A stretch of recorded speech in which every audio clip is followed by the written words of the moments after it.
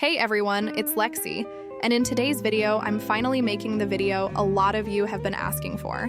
This is exactly how I got rich in Adopt Me, how I built an inventory like mine, and how you can do the same, even if you're a beginner. I want to say this right away. This is not about luck. This is not about scamming. And this is not about non-stop trading all day.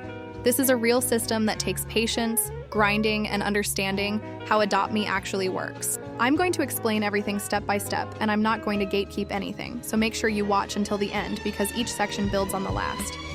All right, let's get into it. Value versus demand, the most important thing. The first thing you need to understand if you want to get rich in Adopt Me is the difference between value and demand. Because most beginners mix these up, and that's why they stay poor. Demand is how badly people want something right now. Value is how rare or hard to get something actually is.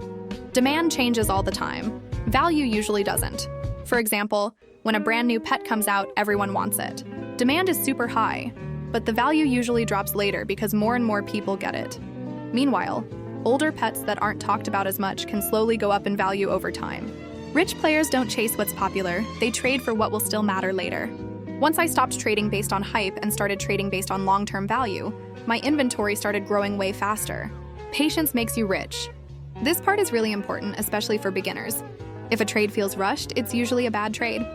When you rush trades, you over-add. When you panic, you lose value. When you feel pressured, you make mistakes.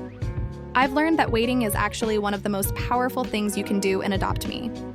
Sometimes the best trade is the one you don't accept. Rich players are okay with declining 10 trades just to get one really good one. Beginners accept the first fair trade they see. And that difference adds up over time. Why overpays matter more than fair trades? A lot of people think fair trades are how you get rich. They're not. Fair trades keep you where you are. Overpays are what grow your inventory.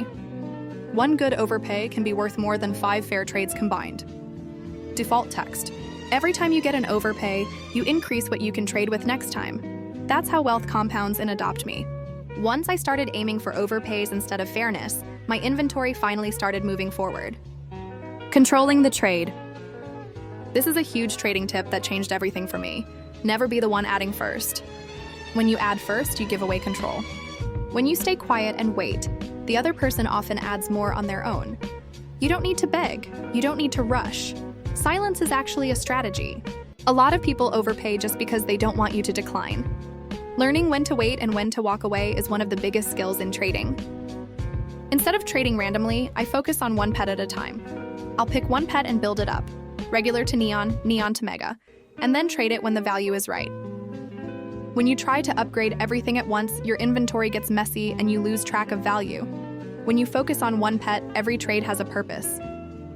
This is one of the reasons my inventory looks clean and intentional instead of random. Not all servers are equal. Some servers are full of beginners. Some servers are full of rich players. If I join a server and don't see good pets or active trading, I leave almost immediately. That's not being rude, that's being efficient. I look for servers with neons and megas rich outfits, high-value pets out, where you trade matters just as much as what you trade. This one surprises a lot of people. I don't flex my best pets all the time. I don't dress super rich when I'm trading. When people think they're getting the better deal, they're more likely to overpay. Flexing actually hurts your trades more than it helps them. I didn't get rich by showing off. I got rich by trading smart. Reading other players. Over time, you start to notice patterns. Some players are desperate. Some players are impatient. Some players just want to win. Rich players learn how to read people, not just trades. If someone is rushing you, that's usually a red flag. If someone keeps adding without you saying anything, that's a good sign. Understanding player behavior helps you avoid bad trades and find good ones faster. Why I don't trade all the time. This is something I really want to talk about because a lot of people misunderstand this. I don't trade constantly, and that's intentional. Most of the time, I'm actually grinding. I buy eggs, I hatch them, I age pets, and I build neons and megas. That's where most of my inventory comes from. I don't flip pets all day, I build value. That's also why I don't have many spare pets in my inventory. Everything has a purpose. Every pet is either being aged, used for a neon or mega, or saved for a specific trade. A messy inventory usually means lost value. Trading is important, but grinding is what gives you control. The more bucks you have, the more eggs you can buy. The more eggs you hatch, the more pets you can build. Grinding isn't exciting, but it's consistent. Long sessions, daily play, and events matter more than lucky trades. Money equals options in Adopt Me. People don't just trade for pets, they trade for effort. Neons and megas take time, and players are willing to overpay to skip that time. That's why I focus so much on building instead of flipping. You can't rush effort, and people pay for it. Just because you can trade something doesn't mean you should. If demand is low, I wait. If value is rising, I wait. Timing matters. Trading at the wrong moment can lose you value even if the trade looks fair. I always keep at least one strong pet in my inventory. That pet acts like an anchor. Everything else moves around it. It keeps me from panic trading and helps me stay stable even if other trades don't work out. Some of the biggest mistakes I see are over-adding begging panic trading, trusting strangers too fast. Most losses come from emotions, not bad luck. I also want to be completely honest. Yes, I did buy a few pets, specifically megas from the Christmas update.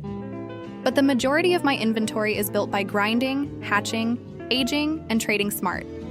Buying pets alone will not make you rich if you don't understand value. Knowledge matters more than Robux. If you take even half of what I talked about in this video and actually apply it, your inventory will grow. It might be slower than flipping nonstop, but it's safer, more consistent, and way less stressful. If this video helped you, make sure to subscribe, because I post real Adopt Me strategies, not fake luck. And let me know in the comments if you want a part 2 where I show real trades and real grinding. Bye, besties!